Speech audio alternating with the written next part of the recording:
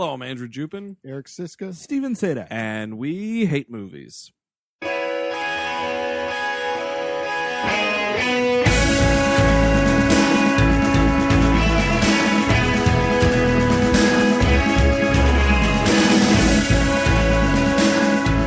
Hello, everyone. Welcome to We Hate Movies. Thank you for tuning in. As always, if you are new to the program, joining us for the first time, 1, welcome. 2, you're catching us in the third week of our Stay Tuned month. A little bit of backstory on this. If we have mentioned a film over the show's history that we think, oh, hey, that would actually probably make a pretty good episode, we say something to the effect of, well, stay tuned for that episode. So this month we're putting our money where our mouth is and doing all these promised episodes. Well, some of these promised episodes. It's 130 some odd episodes. There's a lot of broken promises here. That's the original name of the podcast, Broken Promises. Broken Promises, Broken Dreams.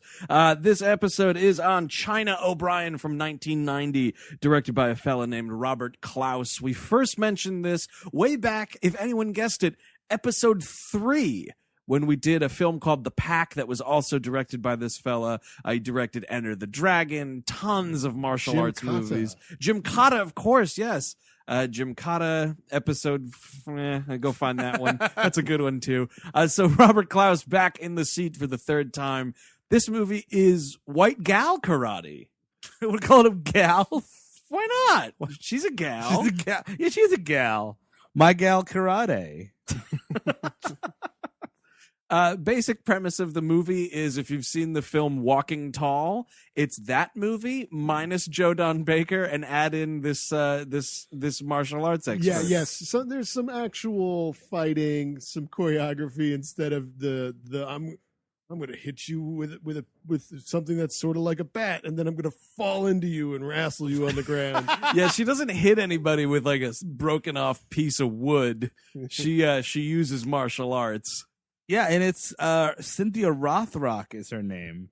That name kicks ass. It kicks ass, and it's such a Flintstone name. It's such a, let's go see the new Cynthia Rothrock movie, Bon. Oh, Bon, that Cynthia Rothrock thinks she's so great. Turned me down in high school, and now she's on the big screen. I like Betty Grable. No, that's she's sure good. Betty Gravel. Betty Gravel, fuck. Yeah, come on. Now I'm just going to get all sorts of internet hatred. Oh, Steve, you couldn't even think about Betty Gravel, who was right in front of your face, idiot. Boy, she's sure good at karate. Karate. Okay. Karate. God, Eric, it was right in front of your face. Karate. I got a bunch of pebbles in my mouth. Oh, wait. That's a baby.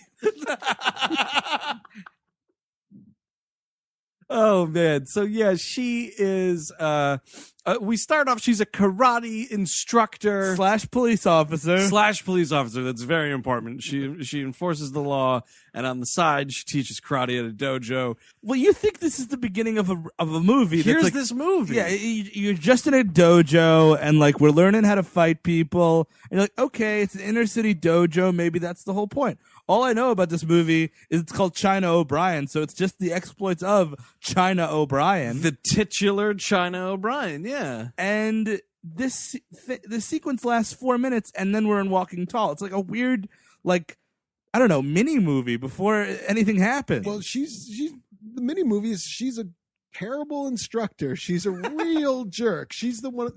She's the type of teacher that's like, I'm not going to really encourage you or anything. I'm just going to yell at you and degrade you and dehumanize you and call you a termite, which is this is like lower than a bug. It's like not only are you a bug, but you destroy wood.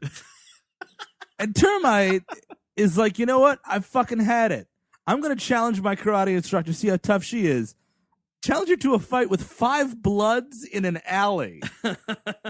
That seems a bit excessive, right? Well, because she says, like, you know, listen, it's not about the fighting. And this is always the case with the good guy martial artists, right? Like, it is not about the fighting. This is, you know, an art form.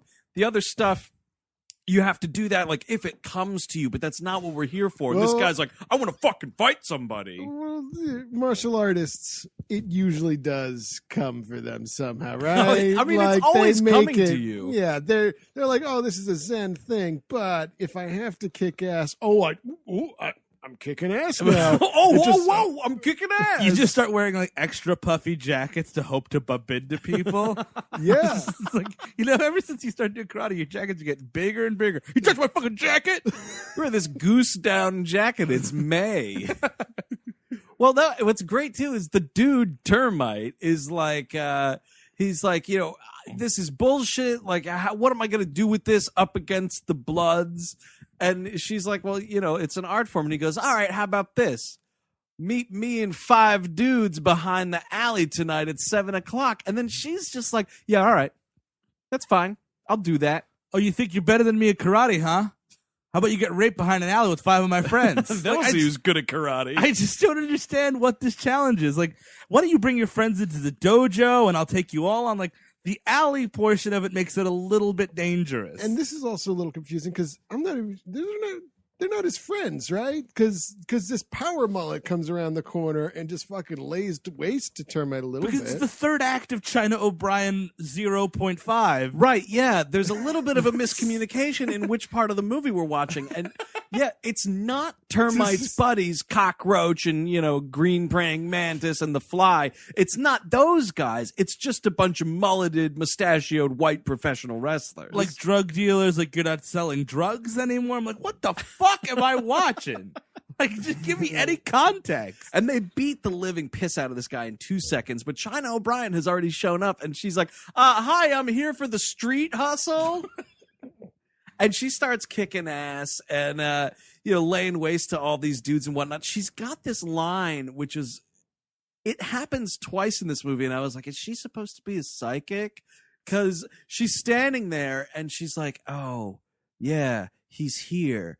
I can feel him. Right, yeah. What the fuck are you talking? What are you, a mystic? Well, some people have a better connection to the. You got that shine on you, Doc. You can just tell that there's someone watching. Like when you're. Oh, it's China O'Brien. But when you're you're sleeping in your room at night and you wake up and you got that intense feeling that something's watching you. Like Yeah. it's there. There, that there's a ghost in the room. So, maybe she walks into an alley and she knows that there is a blood or a ghost in the alley. There's a hilarious shot when she turns the corner and she spies a pair of boots hanging out. And she's like, oh, I got him. And she kicks the boots. And they're boots that are perfectly lined up like a person standing in them. And they're just empty boots that she kicks across the alley. And I'm like, what hobo or person getting rid of these is like, all right, I'm going to line these up perfectly so it looks like someone's standing in the shadows? Or is that how gangs get you? They're like a little distraction. Get the drop on you? Yeah. That might be. Put the boots up. And the other 2 bloods you didn't know were there start to eat you. Or maybe it's the origin of the Foot Clan. This is where they got their name. Man, that would be awesome. Cynthia Rothrock as April O'Neil. Oh, that would have been Whoa. perfect. She starts kicking the Although April O'Neil wasn't an ass kicker. shit. No, exactly. necessarily. Yeah, she would turn that shit around. though. Intentionally, she's supposed to be useless. The twist is, in this version, April O'Neil is amazing, and the Turtles are a bunch of asshole losers that don't do anything. Come they're on, just- you're wisecracking mutants. Shouldn't you be good at something? All the pizza catches up. They're just a bunch of fat guys, fat guy turtles, and a fucking. That's what I want this Michael Bay movie to be. Just a bunch of fat old turtles. It'd be great. They're just trolls on the internet. Like, Man, I got a lot to say about Captain America Winter Soldier. Type. pizza. What's very surprising if you don't know what this movie's about when you're watching it for the first time is she just whips out this pistol at one point because this dude brings out a gun and she whips out this thing and I'm like, oh wait, it's this kind of a movie? That's cool. Because Termite now is about to get his head blown off. And she pulls out a gun out of nowhere and just blasts this guy away. You're like, are you a cop? Do all dojo masters have guns? I don't get why she's carrying this. Because one, if you're such a good karate fighter, why are you bringing a gun to a karate fight? Just bring your feet and your hands. Well, I guess because she is, also a police officer, so I guess it's, mandated by the state. Right, exactly. But you don't know, right away in this movie that she's a cop. And she's off duty, right? Right, yeah, she's totally off duty. So the sidekick is standing there, and this gun just comes out of the shadows with no real hand attached to it even, and goes to, shoot this guy, but she fires and drops him, and they're like, oh, wow, thanks, China. And then she looks, and she's totally pulled an Al Powell. I killed a kid. I killed a kid. It's the most relaxed admission of killing a child in cinema history. Reginald Veld Johnson in the first Die Hard. Well, it's in the middle of good-natured ribbing. He's like, would you eat too many Twinkies, Al?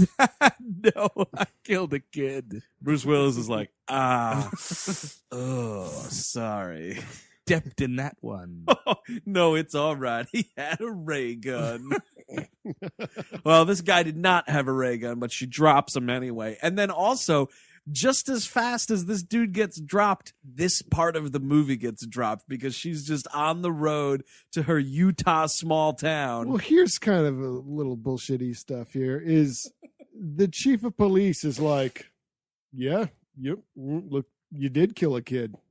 But why don't you stay in the force as long as you want? Do whatever you want. He's giving her a real, these things happen. What are you going to do? Well, Just look, you're going to get challenged in a dojo, have to go into a dark alley, and if you wind up killing a kid, you wind up killing a kid. And it was in the inner city. It's 1990, and he is not, so it's okay. Hey, Bon, I don't like the politics of the Cynthia Rothrock movie, China O'Brien. Or would it be China O'Blarney Stone, maybe? That would work. Yeah. Then she'd have to be really super Irish, though. Yeah. Get back to serving me, though, dinosaur. Dinosaur movie usher. Man, they just take them for a slave race. They do. And the dinosaurs can speak, they have feelings, they're always like, it's a living. I don't care. Come here. You're going to be a vacuum now. Suck my floor. They always say it's a living, but I never fucking see Dinosaur Payday on that show. No, it's a living because if they're not doing that, they're getting murdered. Yeah, it's a deadening if you're not. That's for damn sure. The Flintstones world is a brutal world. Oh, well, it's the prehistoric age. A brutal, cold world the Flintstones lived in. And just fucking, he's eating that big brontosaurus burger like, you're next. Garbage disposal. He's showing his power, like, I just ate a giant. If I can eat a giant, I can eat you, bird horn that tells me to go home from work.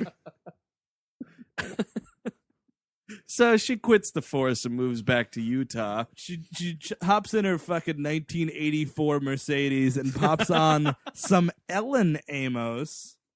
Explain this to the audience, Steve. Apparently, that's one of the few things anyone knows about this movie. It's like Tori Amos's first recorded song or something like that. And she did it under her birth name, her God-given name, Tori Amos. You were born Ellen Amos. So it's actually kind of like a badass song. So here's a little bit of this. In a life where only the strong survive,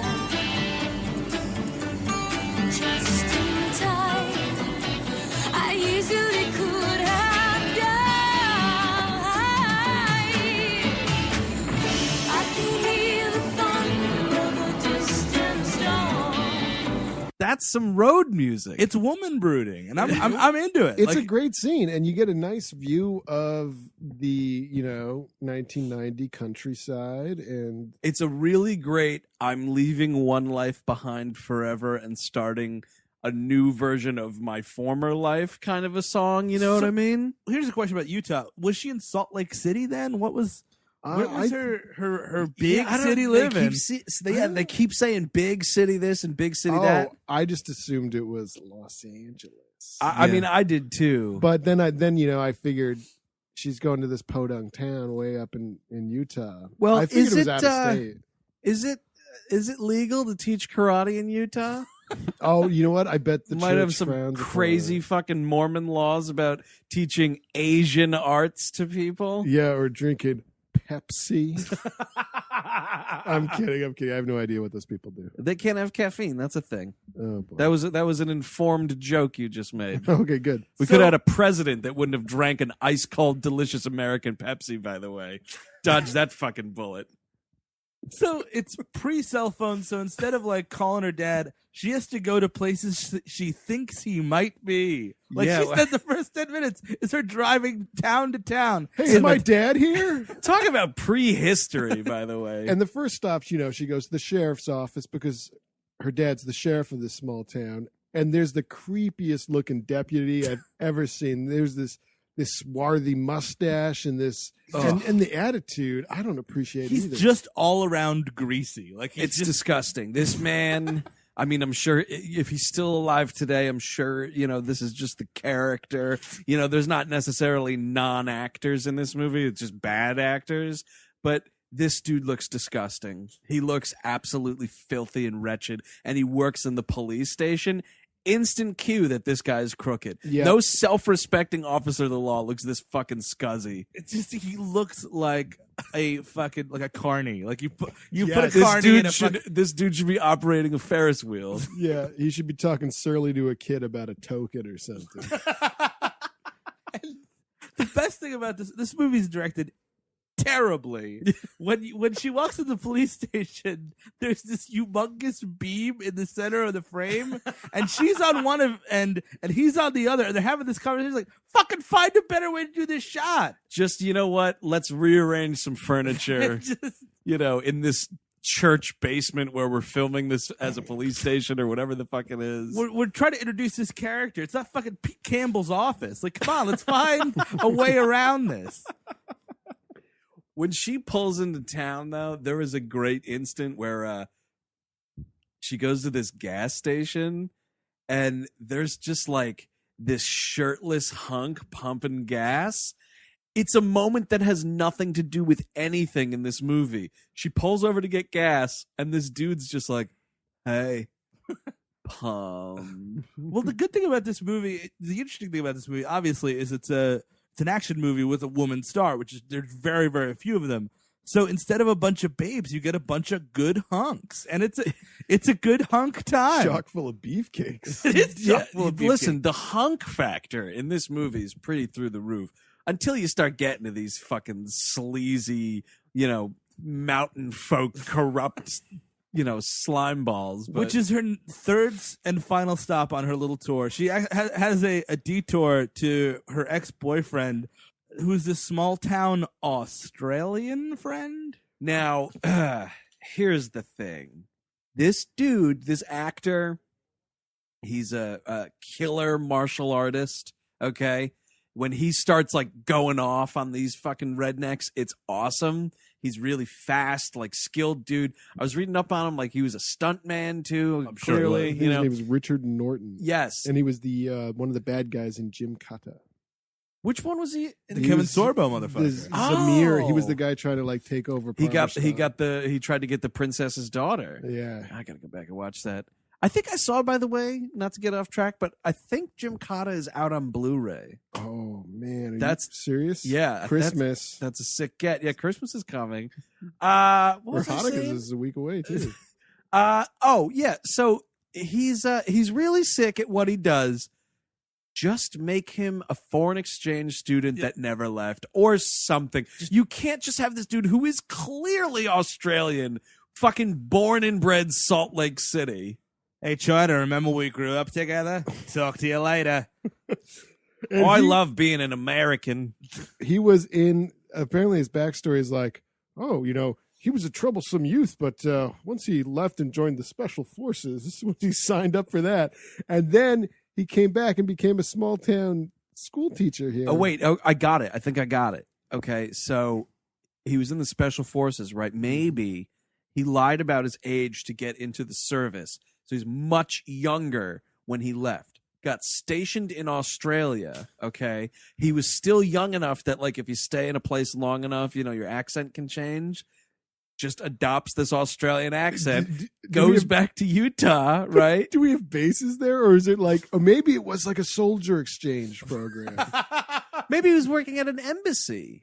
Okay, We yeah. got an embassy down there. Yeah, but do special forces guard embassies? I don't think so, Benghazi. If they did, they weren't in Libya that day. I will tell you what. False flag. I'm going to call a false flag on this episode. You're bringing up Benghazi. They also hint at a past at one point. They totally dated at one point. Well, which is yeah, pretty her great. father's like, well, I guess he was just too small town for you, China. What? Is Sydney a small fucking town? Like, he's Australian. Yeah, this dude comes from, like, what I perceive to be a pretty rockin' part of the world, okay? I've never been to Australia yet, but this dude is from a way better place than fucking Utah. No offense, Utah, but come on. Sydney v. Utah. Yeah, we're gonna get letters. You're gonna get letters. So she goes to we cut into some dirtbag bar, and there's just Oh, this guy- I got the name, and it needs to be addressed. Oh, please. Beaver Creek Inn. Yeah, it's the Beaver Creek Inn, or is it the Beaver Creek Lodge? I have Beaver Creek Inn. I think you're right. This is the hotbed of, it's a wretched hive of scum and villainy, man. It's the fucking lowest of the low. I gotta say the first line because we cut to this. please Oh, do. No, you can go for it. I'll cut your heart out, Sheriff. No, I'm sorry. It's your pop. That pop gun ain't gonna keep me from cutting your heart out with this bottle. He's got a broken bottle. Yeah. It is an impeccably broken bottle, by the way. It's clearly like made for the movie Broken. There's no way you can break this bottle and have it look the way this bottle looks. But we're led to believe the sheriff of the small town went to this small town bar and was like, "Oh, sorry, Danny, I'm going to need to speak to you." I'm just assuming his name here. Yeah, sure. And then he breaks a bottle and wants to cut his heart out. Like he breaks a bottle, the cop pulls his gun. Sure, because And then that's a lethal That weapon. pop gun ain't going to stop me from cutting your heart out. And now that's when we come into the scene. Well, you know what? Because here's the It's thing. good writing, by the way. You want to come in the middle of the action, which is a hillbilly threatening to cut the sheriff's heart out for seemingly no reason. Well, here's the thing, right? This guy is so hepped up on Mountain Man PCP. And Mountain Dew. He's probably right. Yeah. Domino's Pizza, chicken wings, Mountain Dew, and a whole mess of Mountain Man PCP. That sheriff ain't taking that guy anywhere. Sounds like a mountain Teenage Mutant Ninja Turtle. And this is clearly when you see that this is just Walking Tall, because it's the whole town is in this bar and they're all giving this sheriff shit They're about it. laughing at him. Just laughing in this old man's face. Old man O'Brien. And then they're laughing at the idea of arresting him like it's such a fool's endeavor. And like the scumbag manager of the bar says something like, "Oh, he'll fart his way out of jail." I would love to see that. He just like farts and it blasts the jail doors open. Isn't that a Howard Stern character? Fart Man? Yeah. I think that's actually how The Rapture ended. Somebody farted. That movie we watched. The old Somebody episode. farted and the door to the prison blew off? Yeah, that's what they say. When Jesus comes back, the prisons fall apart. And a huge fart noise rings out over his mighty kingdom. Look upon his works and tremble. That's Ozzy. I would like to apologize to God and It's too Utah late. It's definitely too late for that. and Joseph Smith while we're at it. Don't want to make enemies. Polish your magic glasses, Joseph. Yeah, so this is a crooked town, and this dude gets taken in. And we don't really know what for, but he's just getting arrested. And she finally meets up with her old man, like, at the prison. Like she goes back or something. He's booking this big heavy dude, and he's like, "I'll fucking kill you, sheriff! God damn it, I'll kill your fucking whole family!" And it's like, "Hey, Dad!" And it's like, your dad is busy right now, Rothrock. What's great though is he's like, "Oh, it's my little girl." Like she knocks on the door, and She's deputy, 40 years old, first of all. Yeah, and the deputy like sees her, and she's like, "Shh, shh, shh, shh," and he opens the door like, "Oh, you're gonna surprise him," and he comes in, and she hugs him from behind, and I'm like, this man is trying to book this impossible individual. If you even knew what this guy threatened to do to him a few minutes ago. I think her point of view is like, well, I'm China, so if anything bad happens, I can easily Get out of the situation. Yeah, I'll do like a flip, and everyone will be kicked in the face instantly, and everything's good. Nothing's going to harm my old man. But it's not like her old man works at a video store. You can surprise your dad when he works at a video store, not when he's fucking booking, the big show. Honey, get out of here. I'm trying to stack the action comedies. It's very dangerous. Hi, Dad. Hey, thought I could see a blockbuster. At this point of the movie, I wrote down, I can't write down all of these lines because there's just so many, everything's so stilted and awkward. It's like that perfect bad movie cadence where Cynthia Rothrock is an amazing martial artist. She's an awful actress. Everyone in this movie, there's a dinner scene that just goes nowhere. Oh, it certainly goes nowhere. And he's got this second wife who's just stares into the camera blankly I think I hear a telephone. Speaking of these bad lines, by the way, before she meets up with the dad, she goes to the shitbag bar like she just misses him. Again, because she doesn't have a cell phone where he might be. By the way, it's 1990. Didn't we have pagers? Oh, pagers? Maybe. We had telephones to be hey, I'll meet you at this location at this particular time. Listen, if you're leaving your life behind and moving home, how about you fucking call somebody? Yeah, and I think pagers... I think that surged more in the mid-'90s for regular folk, right? Right. Yeah, Back that's then, true. it was probably just doctors and drug dealers. Well, so she gets to this bar, and they're like, "Oh, you just missed him, whatever." And this woman's like a waitress, and she comes out, and she's like, "Well, my stars, if it isn't China O'Brien," and they went to high school together, all this shit. And these dudes in the bar, she starts being shitty, this woman, and she's just like, "Oh, I think you're so good in the big city, too good for this small town, blah, blah, blah." Well, she goes, "I wasn't being patronizing." And then she goes, "Ooh, patronizing." I mean, that's not even a $5 word. Oh, your big city fancy pants words. She knows what patronizing And is. then she escalates this situation to an extreme degree because now she wants China's blood. And she's like, "I'm going to show these guys your ass." And she wants to rip off her clothes to feed her tries to the wolves. get a little something there. And then these dudes all come in Yeah, one guy's like, "I was promised a show. I just heard there'll be ass." But then the greatest line in this scene comes when these dudes try stuff and she beats the shit out of them right away. And this guy proclaims, "Oh, she's one of them chop suey fighters." Come on. Come on. You know what karate is. Just call it karate. The Karate Kid had been out. You've seen that movie. You probably love that movie. As well, I hated it because my church says that no chop suey shall land on these shores. No karate fighting for me. The dad also makes a shitty line when he calls this second wife and goes, "Guess who's coming to dinner?" Yeah. Fucking shut up. Just bring Is her it a home. black guy? Not in that town. Oh, no. What do you want to get us ostracized? And I mean, this is when we really start. The shifty sheriff deputy is like, that's interesting, and he's writing everything down. Lichtner. Yeah, this Lichtner. dude. It's just, and I mean, well, it's a bad mustache, which, by the way, comes and goes throughout this movie. If you're watching, Oh, I didn't notice. yeah, it's just it's I don't know why he had to shave it. Maybe he had another a full-time job interview while he was doing this role. I don't know. This isn't going anywhere.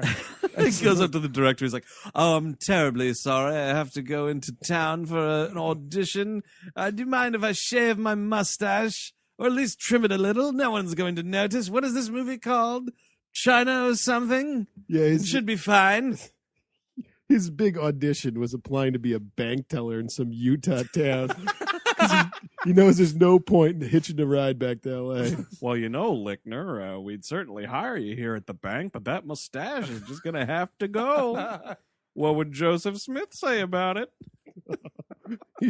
You'd be against it. I'm sure he'd be fine with mustaches. You'd be against it. But he's just got this reptilian skin. I mean, this is an Reptilian skin. It's grotesque. It's oozing shit. I'm sorry. Yeah. He's a really gross looking dude in this movie. And again, I'm sure he cleans up just fine. In this movie, he's one of the most disgusting human beings I've ever seen in my It just life. makes you hot to look at him, Like, oh, God. Somebody open a fucking window when I'm watching this movie. It's like, does my TV come with smell-o-vision? What is happening? Is that dude that repugnant? Speaking of really scummy move by this guy, he goes to dinner at Summer's house, like the Summers is the legitimate businessman in with everybody, who crooked might as all not hell. be as legitimate as he portrays himself. Yeah, well, you'll have to watch and find out.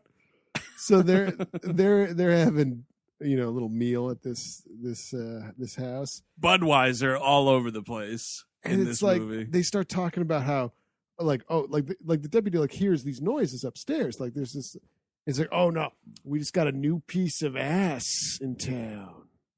So it's just a woman tied to a bed, being beaten and presumably raped. No, most definitely raped. Like, there is sex slavery in Presumably. China O'Brien. I And don't know. it goes nowhere. You think that's the movie. It's like, oh, cool. That's actually not cool. But, like, it's about a woman martial artist. Maybe she's going to save all these other women from sex slavery. That's empowering. Hopefully there's a whole basement full of the... Yeah, you just, break them free and, beat the shit out of them. No, it just kind of just fizzles It's right just out. this one woman, and I'm like, okay, so...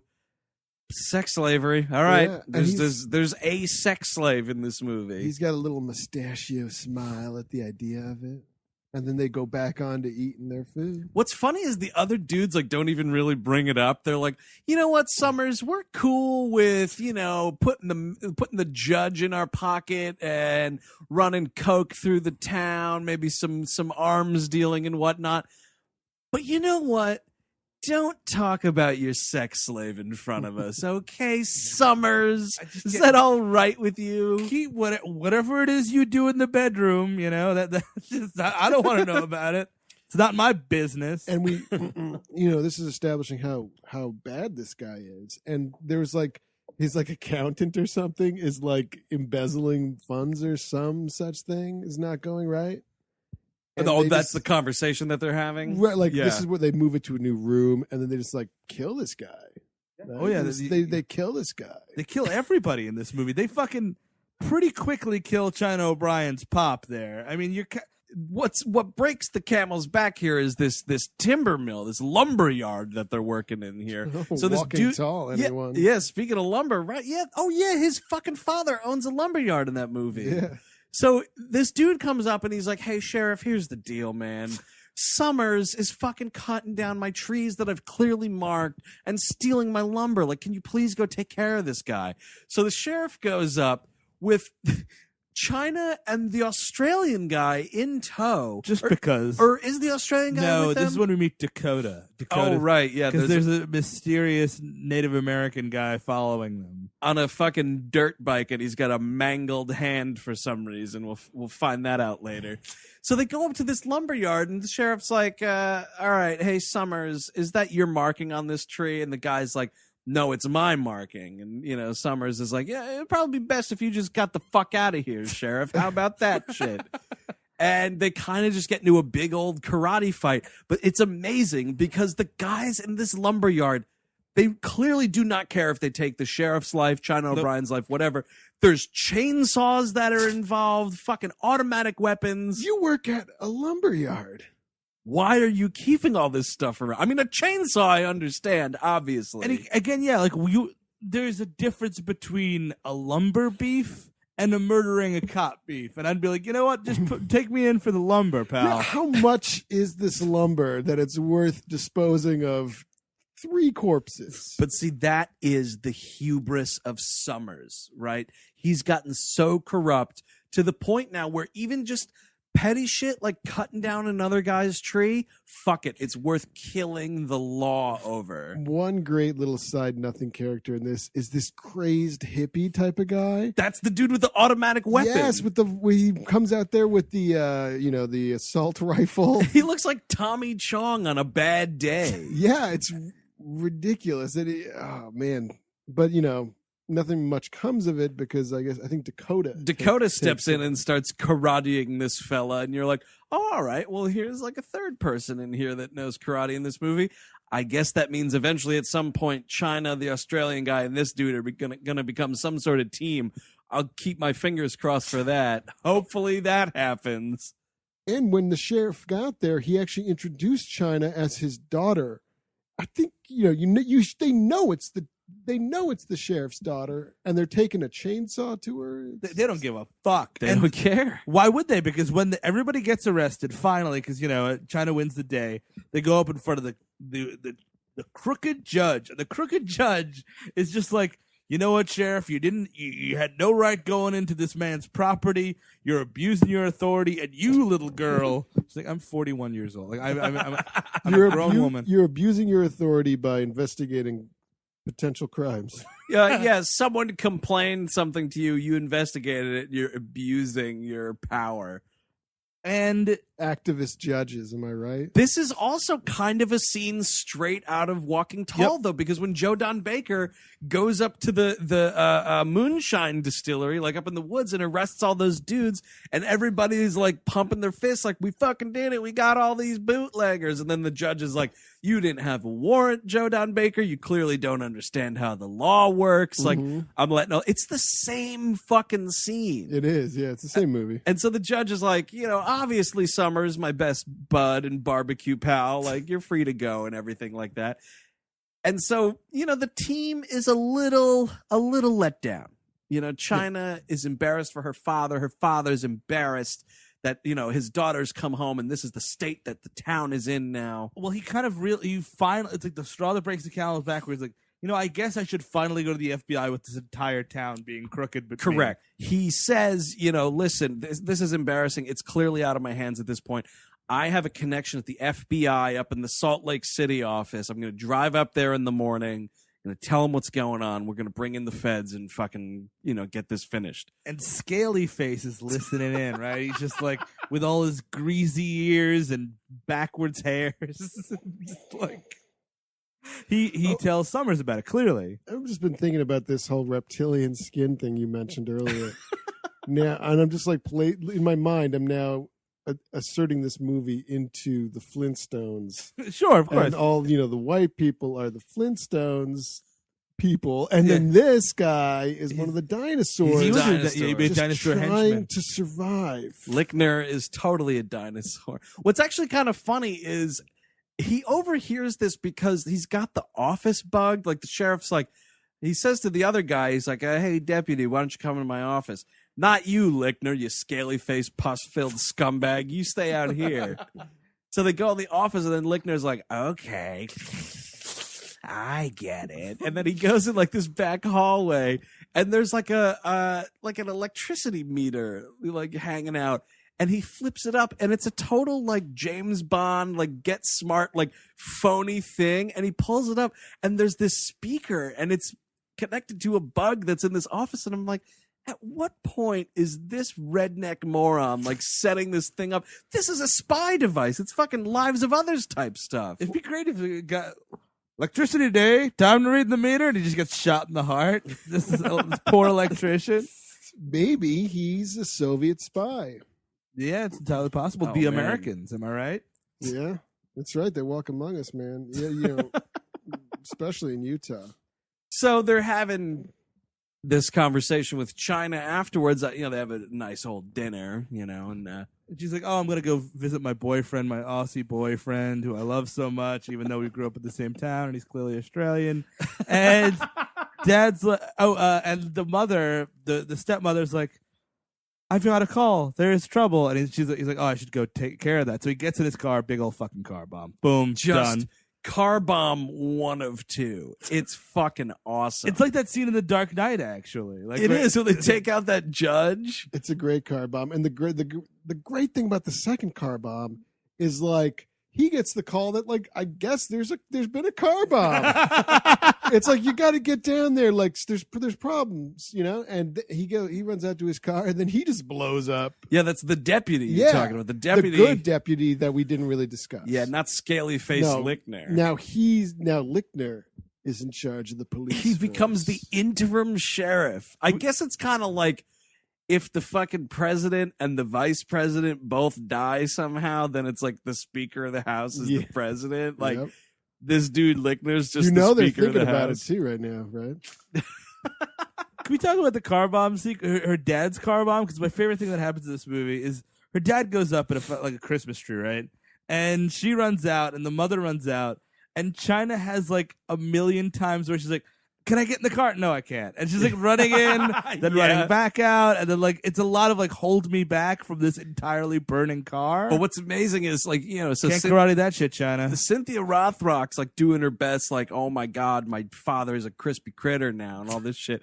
And this stepmother is the worst actress of all time. So like Rothrock is freaking out, like doing her thing. And then this woman's like, no, it's hot. Don't, there's metal and gas and don't, please don't. My favorite part of the car bomb reaction though, she comes out of the house in slow motion and they have like, you know, it's a nice house the sheriff lives in. There's a little cool like wraparound front porch and stuff and some little stairs that lead down to the lawn.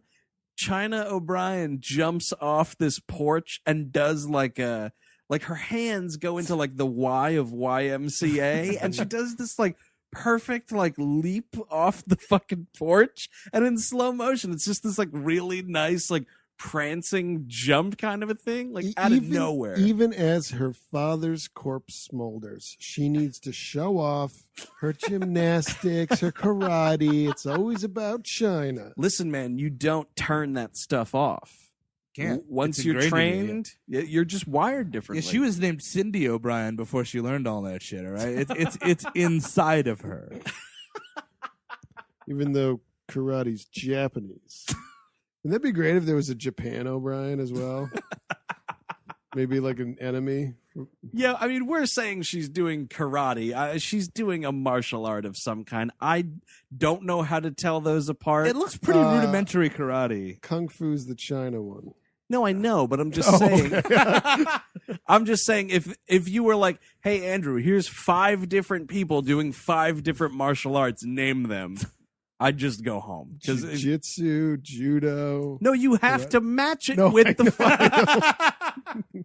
Here's 5 people doing something. Well, Don't look at them and So just name listeners things. don't know that we actually have 5 people doing something right in front of us. You guys can all go home. This whole experiment failed. The best part about this movie is how bad the choreography is because it's very slow and it's clearly fast forward because like it's unnaturally fast. You mean that the film is sped up? The fighting is like Yeah. they're very it's very clearly like they didn't have a very good choreographer, so it's like they had to do it very slow to make sure it was safe. But instead of like filming it in an intelligent way, they just speed it up. Yeah. You know. It turns into Benny Hill for every time there's a little fight scene. I thought they were just that fast. They were just that good. It's entirely possible. Well, I think the Australian guy is clearly faster than Cynthia Oh, so Rothrock he's and the speeding it all Dakota up. fella.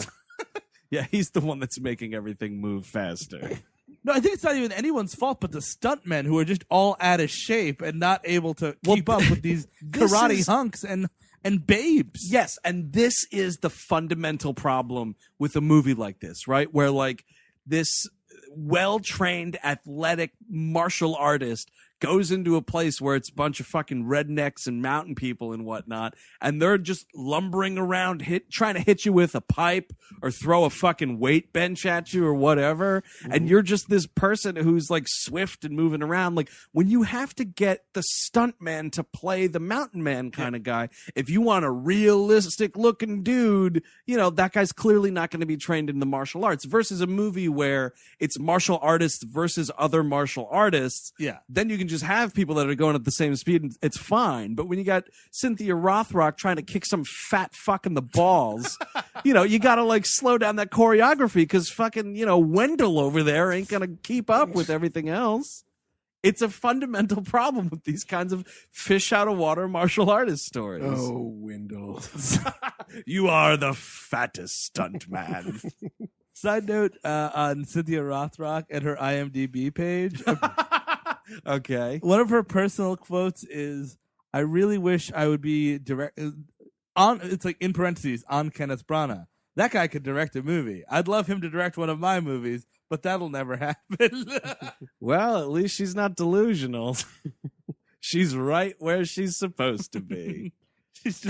She watched a bunch of Do About Nothing, and it's like, yeah, if there's some karate in this movie. You think she saw Thor and she was like, I could have got that quote from all those years ago. I could have played one of the Asgardian Thor drinking buddies. God damn it, Kenneth Branagh. That would have been great if she was actually one of the drinking buddies. If Cynthia Rothrock just showed up in a Marvel movie, that would be fucking awesome. Yeah. Cynthia Rothrock, give me more ale. More ale, Rothrock from Asgard. Oh, Rothrock that's kind right. of sounds like Ragnarok. Yep. There you go. That's Oh, as good. it's all That's Norse fitting And mythology. you're right. He'd just be slapping her on the tush, telling her to get a beer because I don't know for sure, but let me guess. Asgard women are kind of subservient. It's a misogynist society. There are women warriors in Asgard. Or what year did Marvel write them in? The 1990s. Yeah. What year did they start that penance? So her father's dead. This other dude's dead. That also, by the way, like kind of sort of had a crush on China O'Brien, Mhm. but that's just an unrequited love that she'll never know. Let's get ready for some local politics. And this is the key difference between this movie and Walking Tall, because it's the same thing, right? Yeah. Like, oh, hey, Buford, you should run for sheriff. Yeah, all right, maybe I'll do that. And it's like, and then it's like cut to Joe Don Baker winning the fucking election, and that's the end of it. You see the China O'Brien fucking campaign trail and talk about taking a nap. I went up and used the bathroom for a long time, and I didn't pause it during. I was like, Whoa. oh, she's on the campaign trail. I'll be back in a minute. Well, if you bothered to watch this scene, you would see O'Brien spelt a bunch of different ways in all these signs because clearly nobody was keeping track of that shit. There was some trivia about this. Like apparently one of these shots, this might be just another movie legend that isn't true. Just another legend about China O'Brien. Yeah. Everybody's always talking about it. That apparently they, to get some crowd shots of this campaign, she actually marched in like a real parade. And apparently some real radio stations were announcing her candidacy for sheriff as China O'Brien. Oh, my Cynthia God. Rothrock had to No. like withdraw Yeah. from the race. Like literally, I'm just a movie star. I don't want to be. Do you think No, she the got like character the China O'Brien had to drop out of the race. Do you think that China O'Brien won like the write-in vote? They were all like, "Oh, I don't care about Buford versus Wayne, but this China O'Brien." No. Finally, some karate in the streets. God damn it! Clean No. up those meth heads. I guarantee you Wayne won in a landslide because they're like, China, that's where they send the jobs. My favorite part, and by the way, truth be told, We used to make socks here. What happened to that? That should be your platform, Eric. Bringing back the socks to America. We should. They're American socks for American feet. I'd vote for you. That's pretty great. What a catchy little thing you got there to put on a poster. I've always wanted a giant poster of my face looking all disgusting and slightly obese, like Citizen Kane, Yeah. but with Siska under it. Cisco O'Brien 2016. I'll vote for you. Citizen Siska. It's too bad we just elected a mayor last week, man. We could have figured this out together. We could have taken them all down, right? So, truth be told, by the way, I did not get up and go to the bathroom. I was making a joke. One of You my got up and favorite go. scenes is on the campaign trail is they have a rally around a man. bonfire. This is so awesome because they have this bonfire and she gets up and she's speaking like, "Thank you so much. Like, you guys are great for supporting me." The best part about this is she's at a stage with 4 chairs. Who's sitting down in those chairs? Literally no one. Well, that was for all the prestigious town guests that they invited that didn't show up. But what's amazing is all of a sudden you just start hearing like, "Boo! Boo!" And I'm like, who are they booing? Cut to the fire department shows up. They're booing the fire This is the department. only time you will see firefighters booed in any capacity. And the firefighters are like, this is illegal. You can't have this fire. Because also the firefighters are crooked in this movie. Of course. First crooked firefighters I've seen since Backdraft. And she goes like, Summers even owns the fire department. And they're all getting booed and whatnot. And then this firefighter starts like trying to put out the bonfire with the truck hose. And the Australian guy, what does he do here? He just starts fighting the He's firefighter. just beating the shit out of the firemen, America's bravest, not America's karateist, that's for sure. It's so great. Like, it's something that I never realized I wanted to see until I saw it. Was firefighters being all suited up to fight a fire, getting their asses handed to them. I mean, it's hilarious to watch. You I'm don't sorry. expect it. You're ready to fight flames and intangible elements, and here comes this greased up Aussie with some sweet karate kicks. You're not gonna beat him. Conversely, if I'm watching a karate movie, I expect the people being karateed to be drug dealers, have mullets, maybe like a scumbag like snakeskin suit on or something. Not a dude decked up in 100% fireman uniform, and it's just a hilarious juxtaposition. So it's kind of weird because we have our team is being formed here, and Aussie's got all the firemen. Dakota, our Native American friend, who we still kind of haven't met yet. He's still like on the fringes and He's like kind of a mysterious character. He's a He is a mysterious mysterious guy. character. Hey, speaking of mysterious, this actor, okay, this dude that played Dakota, you want to talk about how mysterious this guy is. Mortal Kombat 1, Reptile. Mortal Kombat 2, Sub-Zero. what the fuck? Yep.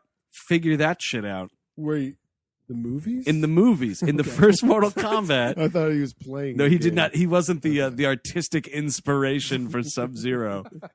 No, yeah, in Mortal Kombat Annihilation, he's Sub-Zero, but in the first one, he's Reptile. That's crazy. That's this dude Dakota. He looks like You know a what? Native American And Justin by Long. the way, in the game, that's how irreplaceable these. Oh, the, yeah. the guys with the Scorpion, Sub-Zero, Reptile, Smoke. Rain, Smoke. Right, it's just Noob different colors. Cybot. Noob Saibot wins. He's irreplaceable.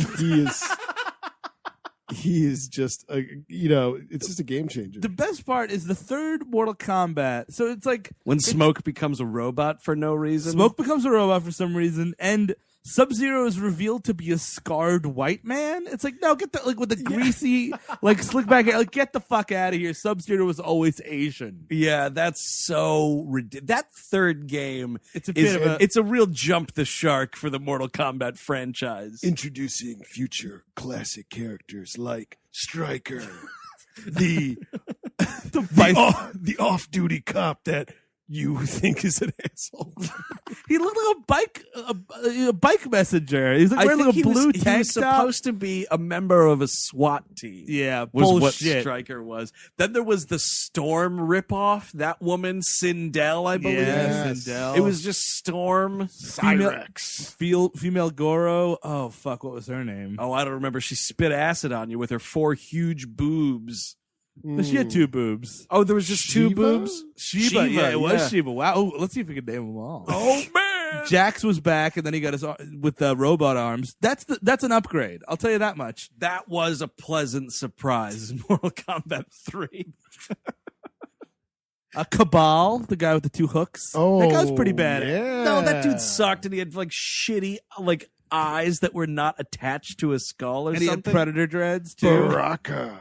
Was Baraka back for Baraka's- that third one? No. Baraka's Mortal Kombat 2, man. Oh. Yeah, that's unfortunate. I remember when I first heard of that film Baraka, Yeah. which is a fantastic movie, like the day in the life of the planet. It's this gorgeous, super trippy, high def documentary. I have it on Blu-ray. It's great.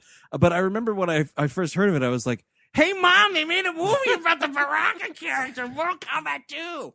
No, that's a documentary, stupid. I just turned 30 about 4 weeks ago, and I still kind of think it's about Baraka. Like, I've not seen it, and I haven't been convinced otherwise that it's not about Baraka. Look, until I watch it and I don't see Baraka in it, there's a possibility that movie has Baraka in it. Hey, Mom, Deadpool's in this Wolverine movie, but he's just Baraka. That was just a big fucking pile of piss for that movie, huh? Yeah, that's for Baraka, right? Yeah, he's Baraka at the end of that movie. You know what's fantastic about, at the end of the day, what's fantastic about that X-Men Origins movie is the big stink about how it got leaked on the internet before it was finished, and everybody at Fox was like, oh, fuck! But then everyone who watched the leaked thing was like, oh, this is just, I mean, I know the special effects aren't finished, but that's not going to save this. Like, they got so fucked because they knew. They weren't necessarily, that mad that the movie got leaked. They got mad because they knew it was dog shit. It's like the corporation in Halloween 3, like, the plan is revealed beforehand. Like, oh, no, they know. We're just trying to put poison out there with this Wolverine movie. So she wins this election, by the way. Well, no, this is the best thing. It's like they have this big. Not without the trouble that she goes through. There is a 40-minute fight in this gymnasium because the Aussie's got this plan. He's like, look, I've got my football team, right, and I have them stationed at all the precincts. So if Summers, who's got an army of drug dealers with machine guns, tries to do any trouble, I do have these lackey kids just hanging out. These little 16-year-old kids from my little Utah high school football team. They'll take care of it. So this guy's got this walkie-talkie, and this drug dealer's like, what's that for? And it's my favorite line in the whole fucking movie. He's got this walkie-talkie. He's like, I call home with that. Like, wait, what are you talking about right now? And then what ensues is it's a they live length fight scene here. Cause like the kids are like, we have to stay here till all the ballots are counted. Coach told us so. And they're like, hey, get the fuck out of here, kids. Like, we don't need you. And then like the dude hits this kid upside the face with the ballot box. And he's like, yeah, you can stay there. Just stay on the fucking ground. And so, like, word gets back to the coach right before that, like, hey, these dudes are trying to tamper with the box and everything. So China and this Australian guy show up at the gym and start fighting these two dudes. And I'm like, all right, well, they're going to take these guys out. They're nobody. They're just drug dealers. But out of nowhere, all of these bodybuilders start coming out of the woodwork to defend these drug dealers, and it's the longest fight ever. It goes into the weight room. One of these guys, it looks like he's like an overweight hobo, or possibly Joe Pesci with honors. The science is still out on that one. Does he have a sad death at the end of this movie, like Joe Pesci with honors? And I'll remember the karate you taught me. I'll remember. I consider it a sad death to be karate beaten to death by an Australian. Oh, that was a sad way Eric went out, huh? Karate to death by that Australian guy. Speaking of went out, that girl that... China O'Brien? No, the one that tried to expose her buttocks to that bar. Yep. Oh, right, the high school friend. Man, she's got a great one. She's got a classic little thing here. She pulls over China O'Brien to apologize. Yes. About, like, being a terrible person. Sorry I almost got you raped in that bar. Yeah, seriously, I wanted to take you down a peg. And then someone, I guess, drives by and sees them, and she's like, oh, I got to get out of here. Like, da-da-da-da. So she leaves, and then... there's a bomb, like she gets a bomb threat on her car. China O'Brien gets a bomb threat on her car. So she calls it in, the bomb squad and everyone comes there to investigate it. Mm-hmm.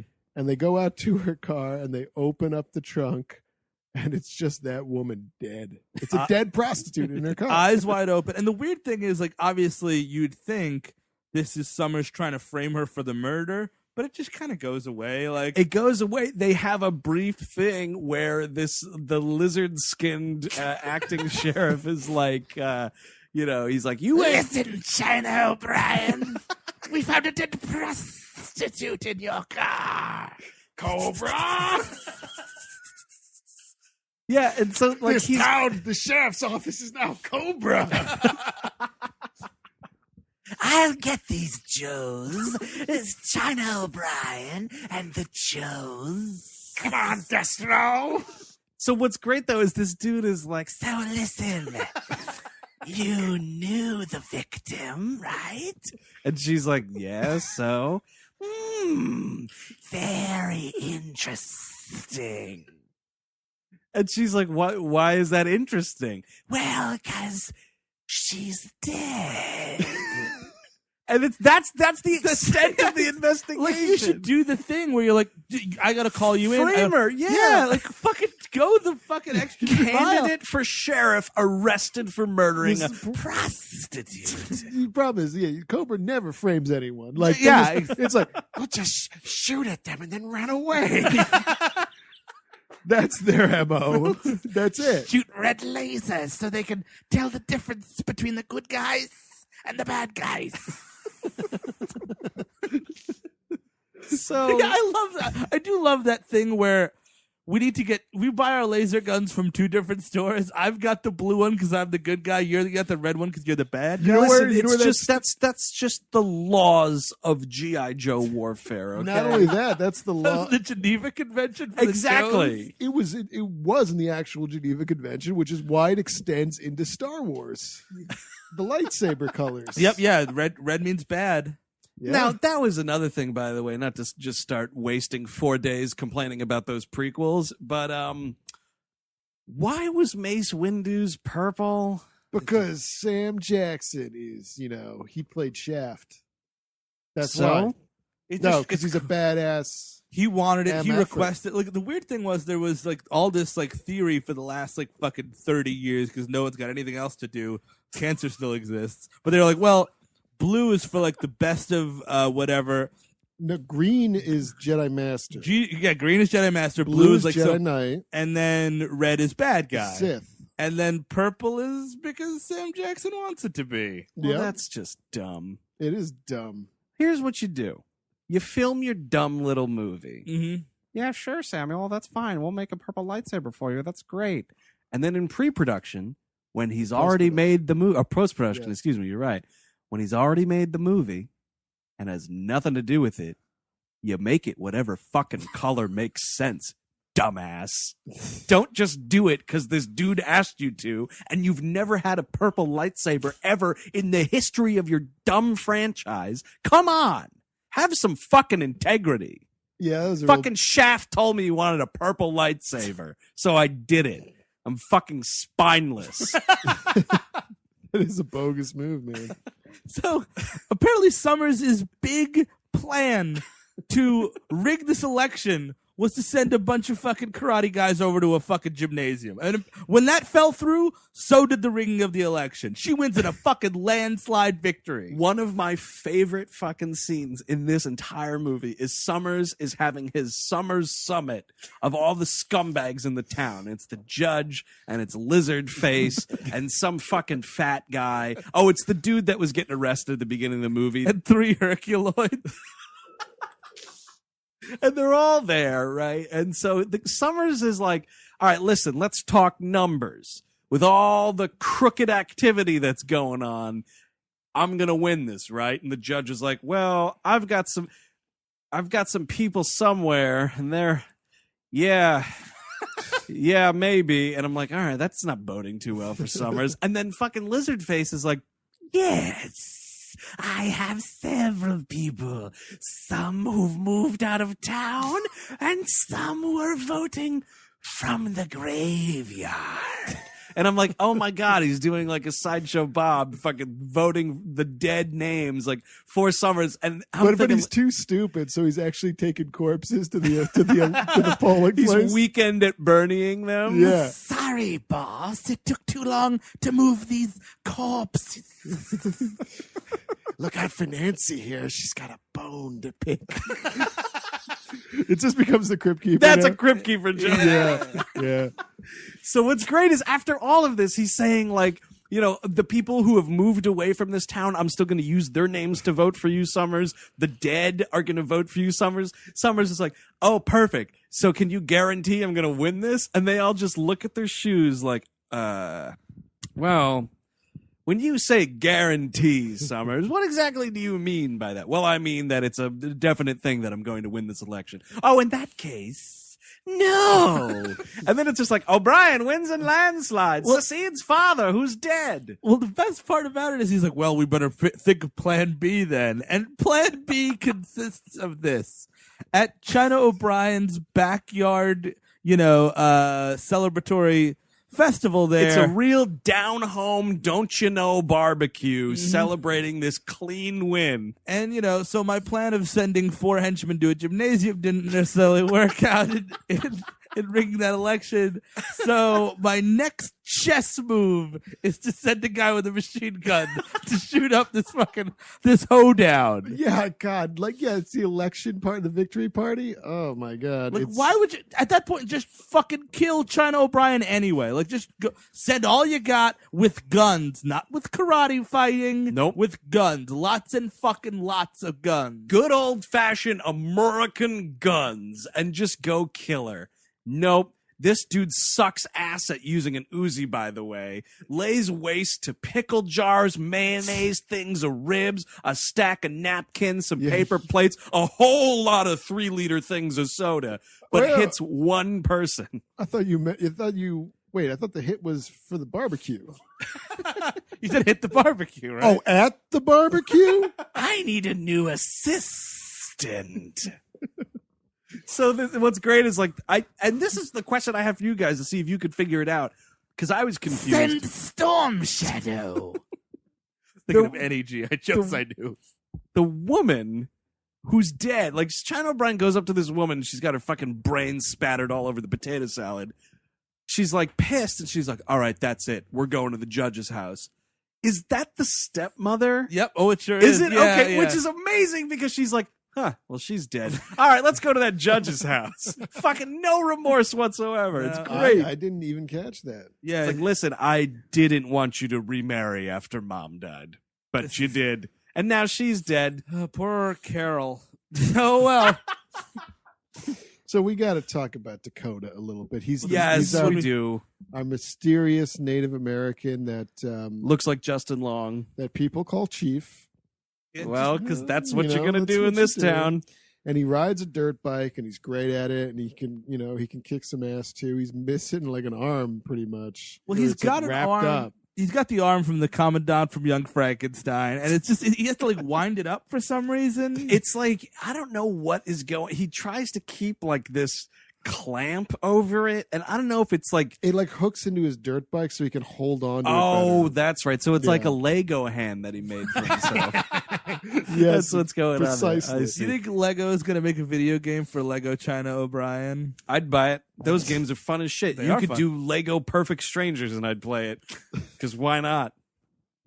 So they feed this I almost called him Chief myself. They feed Dakota a bowl of soup, and then he spills the beans about his backstory. It's kind of like Kingpin. He comes into the wrong town. Yeah, he was trying to be a pretend Bible salesman or whatever. Hustling a priest. He's like a championship motocross racer that's been touring around And making money at races and stuff. and he goes to visit his mom at the Beaver Creek Inn because he's also from this town, and she's a prostitute there. Much to Dakota's chagrin. He didn't know what was going on. Nope. And she notices him, takes away time from a client, a paying client. Yeah. That guy's pissed. She's like, oh, it's my son. And the guy, the John's like, oh, fucking great. It's the manager of the Beaver Creek Inn. Well, no, then he comes by. And he's like, oh, so you're keeping a fellow waiting here, talking to this boy of yours here, get back to it. And Dakota's like, listen, fuck this. You're a prostitute all of a sudden. I go away for 2 months and you're a prostitute. And then she says oh, well, I have press clippings from all your dirt bike races. Don't change the subject. You're a prostitute. But also, wait, I guess they're printing dirt bike races in the newspapers. No?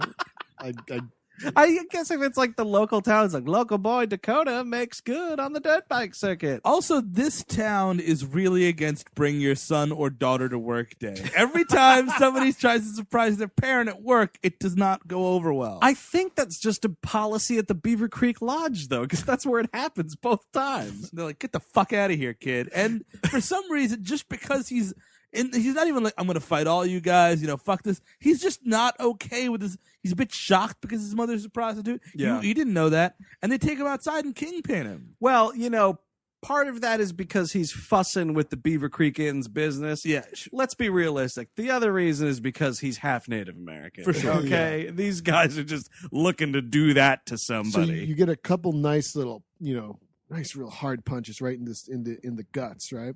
And then they throw him down on the ground, and then they just start stepping on his hand. This one dude lays a big old cowboy boot on this dude's hand, and you're like, oh, all right. So that's the origin of your Lego hand. Back to the movie. So his whole thing is he hates Summer's guts, and he's trying to find out what happened to his mother. She's never seen again, obviously. Yeah, she just vanished. He presumes her to be dead. Mhm. So he's like, I hate Summer's guts. I want to fucking kill him. You gotta let me do this. It's kind of like what am I trying to think of here?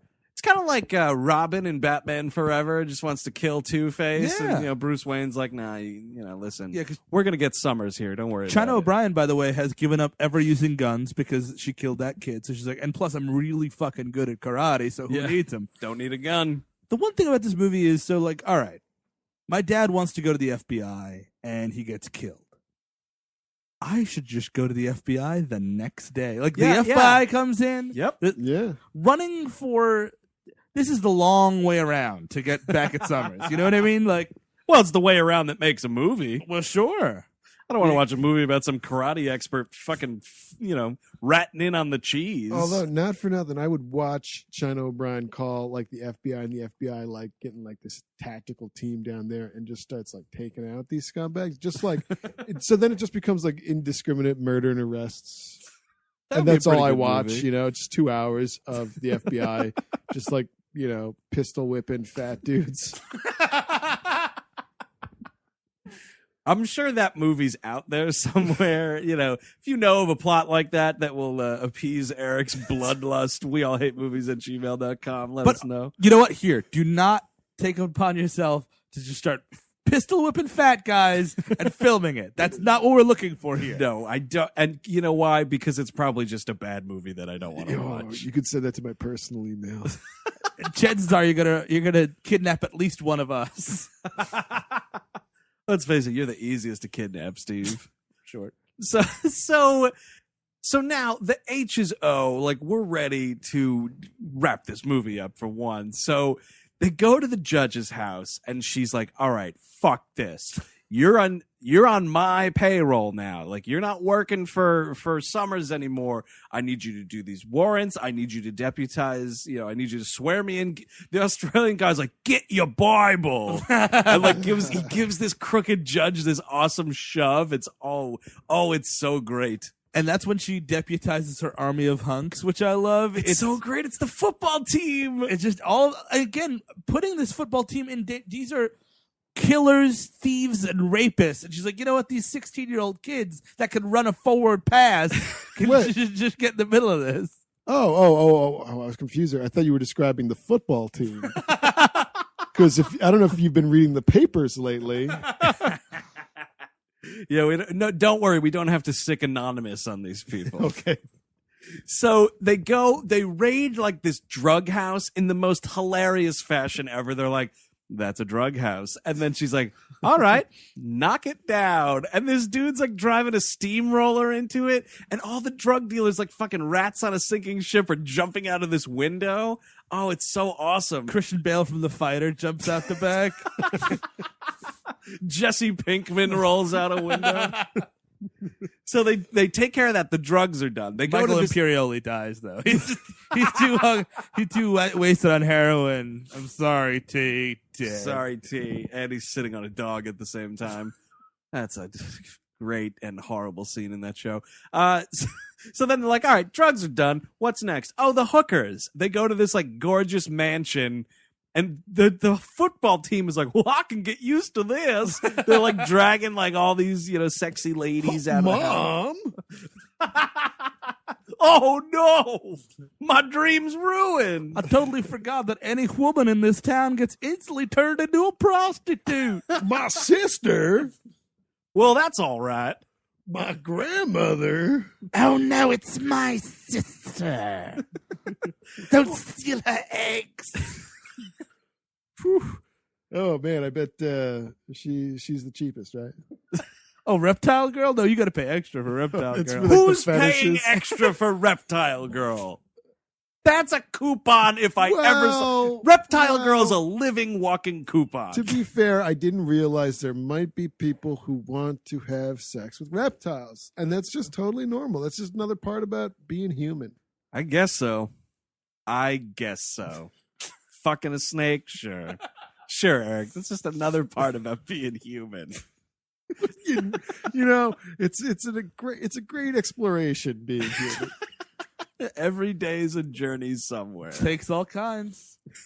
So the coke's gone, the hookers are done. The only thing left is Summers and the fucking evil Beaver Creek Inn. This is another 20-minute battle scene, and it's great. You want to talk man. about kicking some fat guys.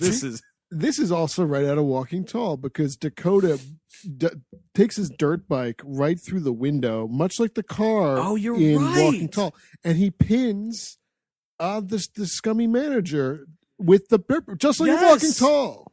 Dude, you guys, how did no one call this? I mean, because I guess it's Walking Tall and it was like in the 1970s and no one cared. And I think China O'Brien came out and no one cared and no one saw it. Also true. Oh, Kenneth Branagh didn't, that's for sure. Well, you know what? He should have, because there's something missing about Thor, and I think I know what it is. So yeah, Dakota drives his BMX racer through this window, pins this dude to the fucking wall, and he's got like his automatic weapon like stuck to him and whatever. Meanwhile, the Australian fella and China O'Brien are just kicking some fat guy ass There's all over the place. Some great moments here. You got a genuine nice nuts kick, Oh, yeah, it's right in the nerds, and you man. get a nice close up of this guy going, "Ugh!" And then China O'Brien like closes some dude's head in the fridge, which That's- is a karate move I didn't know about. That's crazy. I remember watching. I watched this morning, and when that happened, I was like, "That poor stuntman had no idea she was going to do that to him. That sucks." Bleeding from the ears. Because it's a real slam. Like this movie clearly did not have the money for a fake refrigerator door. Like that dude's just getting his head slammed into that poor guy. And another great action moment I've written down here is there's a dude that like doesn't know how to combat these super soldiers that are storming this compound. And there's like this water cooler. He grabs the water cooler and tries to like smash them with this glass jug of water. Again, there's not a gun in this entire, like, these are bad dudes. Is there one gun in the whole fucking town? Well, the one gun is pinned underneath this BMX bike. So Dakota picks up his BMX bike. Like, this dude's like pinned under there and whatever. He picks it up and drives off because Summers, like, he believes Summers is the guy that, killed his mother and everything like that. So he's off for his own revenge. So he drives to like the horse stable. We don't see him for a little bit. This fight, they finish It's up this raging fight. on. Yeah. It just keeps going. They're like, oh, Dakota, anyway, back to this fight. More water jugs I gotta duck. What happens to Reptile Man in this scene? Anything? He doesn't really have I think he goes back to his home planet. Because I don't remember what I happens mean, like, to him. it's just kind of, he should have he's very responsible for her father's death. He should have a really Slithers under a rock. Well, he is very much like the number 2 in Kill Crazy, right? Yeah. Like, he's got to have the best a death. kill crazy kind of death. You know what I mean? We don't really get it. I believe actually he's legitimately arrested. Oh yeah. I don't think Right. he's murdered. They line him up at the end. So Yeah. so Dakota's after Summers, and it's just like that tense. He's going to murder him, but then he's like, He gets like talked down. Well, they think that he's going to kill him. And, Right. China O'Brien's like so anti-gun and all this stuff. They run after him like, Dakota, don't do this. They get to the horse stable. There's Dakota holding the gun. Yeah. And they're like, Dakota, what did you do? And they run up to the stable, and there is Summers just sitting there. This dude beat the shit out of him, but he didn't take his life. Like, Dakota is better than Summers. Like, Summers is sitting here watching his empire crumble around him. An empire built on nothing but fucking, murder and treachery and bloodshed. Moonshine. And a lot of moonshine, some fucking, And- coke. what we used to call white slavery. Hey, not my term. Don't make that face at me. So he's not dead, and they're taking him in like, all right, Summers, you're coming into the long, soothing bosom of justice. And then Summers is assassinated by that sex slave that nobody's thought about in 45 minutes. It's amazing. I love it so much. She finally gets the last word on Summers. Yeah, she just gets a gun from inside the house and blows him away. Because they're walking him, and it's like Australian guy, China O'Brien, Dakota. They're all like, the day is saved. And they have Summers. All of a sudden, a shot rings out, and Summers goes flying. And you're like, well, who's left? And they cut to the shot of this window, and there is this woman, bloodied and bruised and whatnot, and she's holding this rifle. And I'm like, oh, yeah, you were in this movie, huh? Well, that's revenge for you. And This woman doesn't have a single line, by the way. No, not at all. And I just remembered there is that one throwaway scene in Walking Tall where he saves a sex slave. Oh my God, you're right. He storms down the motel door. Yeah, it's like a nothing scene. It's just an excuse to have Jodan Baker near a scantily clad woman. That's in his contract. So. And the character's motivation is screaming, not because she's necessarily standing next to Jodan Baker. Necessarily. So then it's like, all the football players return their badges like, oh, that was fun. Maybe I'll grow up to be a law enforcer like you, Miss O'Brien, Can I learn karate from you? Well, only if you can follow the rules and not challenge me to an alley fight. Yeah, and I don't feel like telling you why. So then it's like it's Dakota, the Australian fella, and China O'Brien. They're all sitting around, and China's like, "We did it, Dad. Summers is set. He's dead, and I didn't technically have anything to do with Kill it." him, but the point I'm okay is, with it. That woman's not getting charges against her. oh yeah, she's definitely not going to have any charges put against her. They're like, you know what? Just run away. It's fine. You can run off into the woods. It's fine. And Dakota's like, all right, well, I'm out of here. And they're like, no, like you'd make a pretty good lawman. And the fucking last line of this movie. Let's all go discuss it over a beer. Rock music instantly. Oh my God, greatest way to end a movie ever. Let's go have an ice cold beer. China O'Brien. And they will all be seen again in China O'Brien 2, which no one will ever see. Which was shot at the same time as this movie, shot back to back. That's how much they bet on China. Well, maybe that's why Reptile Face shaved his mustache, because in the second movie he shaves it. Maybe. Maybe that's the opening scene is like him. He shaves his mustache and then he uses the razor to somehow break out of jail.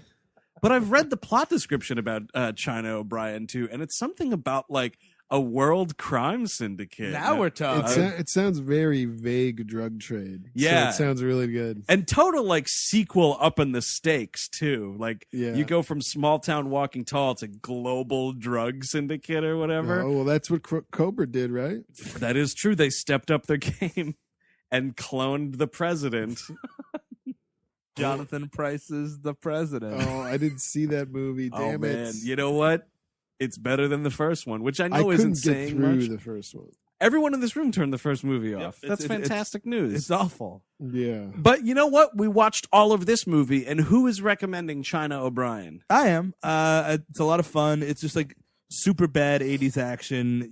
Even though it's the 90s, it's 1990. It's barely a 90s movie. Yeah. It's fantastic.